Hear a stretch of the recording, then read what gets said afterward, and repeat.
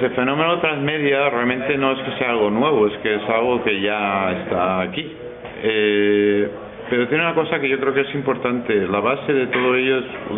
tener una buena historia, tener un buen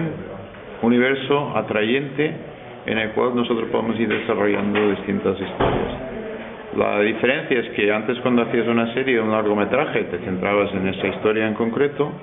y ahora ya no estamos pensando en una historia en concreto, sino crear un universo en el cual se vayan creando distintas historias que se van complementando y creando todo un mundo de experiencias para el nuevo tipo de consumidor de contenidos audiovisuales, digitales, etcètera, etcètera. Realment els processos de producció són molt pareguts que tenim abans de lo que és Transmedia. Transmedia és un añadit a lo que podíem fer abans a l'hora de fer sèries de televisió, projectes d'entreteniment o lo que siga. A nivell Transmedia vol dir que el consum de la gent ha variat molt, i ja no el consumís un programa de televisió, sinó que consumís plataformes via internet, via redes socials, via smartphone, via